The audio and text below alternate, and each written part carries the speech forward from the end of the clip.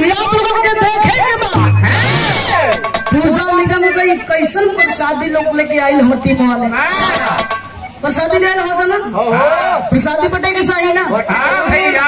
सच्चाई है कि जब पूजा पाठ हो तो प्रसादी बटेला प्रसादी बाटे में अपनी तनी को पीछे ना है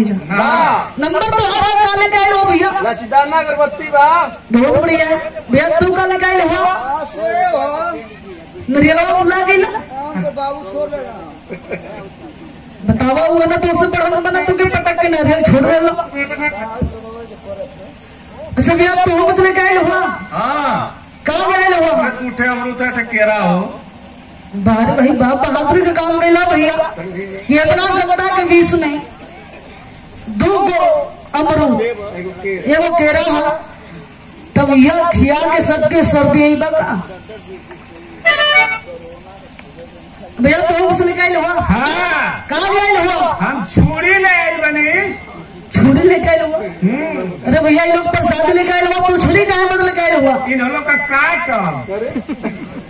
ये भैया ये लोगों का कहाँ कटबा अरे प्रसादिया हो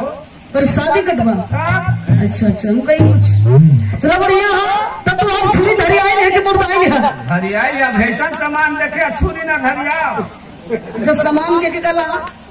अरे भाई लोग के प्रसादिया के प्रसादी के बहुत बढ़िया तब तो हम छुरी धरी आए नहीं भैया है लिया है उत्तर नहीं है तो का चौबे फूल लगवली है हो अच्छा धान का लगाओ भैया वो तो एगो ठेला पर लगौला सा फिर चल गई बताइए विडम्बना है ओ धान वाला आया ओ धान वाला आया और इनके सामान में ना अरे यार तो कम में सामान बहुत बड़े छुरी छोटी चुकी ना बा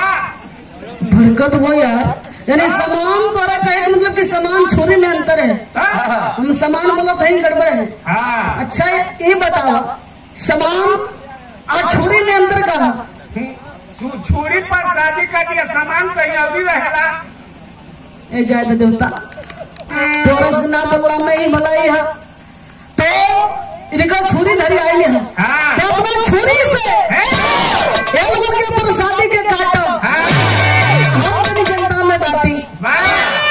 का कर पाई चुकिंग का सीन एक राउंड बनावत है खैर को अपना प्रसादी जब बटन लगी तो जब वो चालू हो जाएगी सब सही हो जाएगा